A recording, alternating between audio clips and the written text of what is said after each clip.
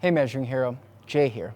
A few episodes ago we talked high level about new energy vehicles, a little bit about the differences between a battery electric vehicle, a plug-in hybrid electric, and an historic internal combustion engine. So that was just a little bit of an introduction about what new energy vehicles are. We also had a look at some of the measuring challenges for a single hairpin.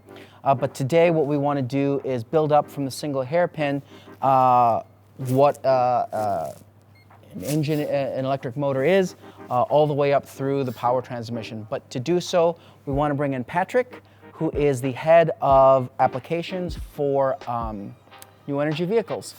Patrick, thanks for coming in. Appreciate it. Nice to meet you. Right? Yep.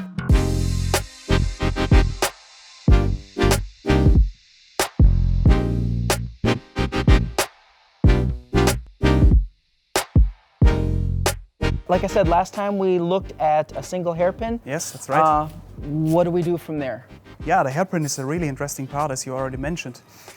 So for a hairpin, there are two reasons. The most important reason is from a production point of view, the automation for the assembly of the stator is much easier with a thick copper hairpin compared to thin copper wires into the stator. The second reason is the amount of copper in those slots, what you can see here, is to increase with these hairpins easier than with the thin copper wires. And therefore, you can build your motor smaller, and also you have a longer travel range if you have a more efficient motor. Okay. So that makes sense. Now, okay, so there's a stator here. What do we do from there? What are some of the measuring challenges for the stator? That's a very good question. We have a lot of different features to measure here. First of all, we have to care about the installation space.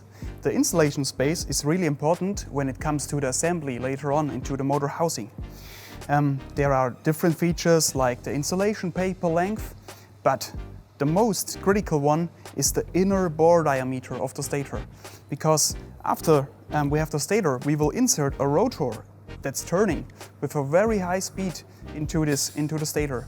And therefore, this air gap of the diameter inside and the outer diameter of the rotor, it's a very important characteristic. Okay. Because this air gap between rotor and stator increases the efficiency if you decrease the air gap. Okay, all right, if I hear you correctly, the less distance between the rotor, and the stator, the more efficient the engine. But what's the danger? Oh, that's a good question. The big danger is that when they contact, the whole motor can fail. Yeah. Okay. So you want to balance the difference between the smallest air gap possible with no danger of them hitting each other. Exactly. Got it. So so now we have this whole assembly. Where does it go from here? Yeah, when you have the heart of the motor is the stator, and the heart of the motor is assembled into our motor housing. Here you can see the motor housing. Yeah, later on the whole stator is assembled into the motor housing. And the motor housing, it covers the motor from the environment, and therefore we have to measure different features. The e-motor housing itself is a machined part. Okay. Therefore we have to take care about the inner diameter, the rectangularities, the cylindricities, also the coaxiality of the housing itself. Sure. We learned before that these motors spin at like a very rapid rate, like 2,000 revolutions per minute. So that's 20,000. 20,000. Yes. Okay, 20, you're right. 20,000 revolutions per minute, and that's all contained in these housings. So, exactly. At some point, it gets reduced from 20,000 revolutions per minute to wheel speed. How does it do that? We have to reduce this high number of rotation to 800 to 1,000 at the wheel of the car. And therefore we have to use a reduction transmission. And this reduction transmission usually or normally is a two-stage gear. And therefore we have different gear wheels here where we have to also to care about a lot for the quality of them. Because the transmission and the gears inside the transmission, they are responsible for a quiet operation, for a long longevity, for a smooth ride on the car. Okay. And if these are off? If these are off, we can run into a failure of the whole car, and no one wants to have a failure of its car. Definitely. I think if I'm hearing this correctly, there are many critical points where measuring occurs that are extremely important. Yeah. From the hairpin itself Yeah. to the stator in the stator, the gap between the stator and the rotor, its inclusion into the housing, and even the power transmission. Any of these happen, we have problems. Yeah, exactly. And with our CMMs, we have different technologies. We can use tactile solutions.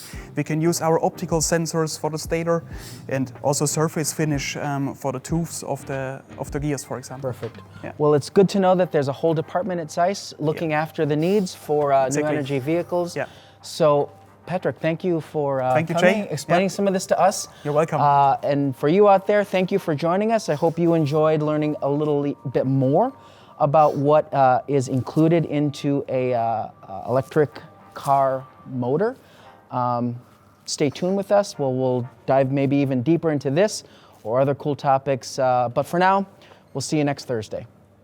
Thanks.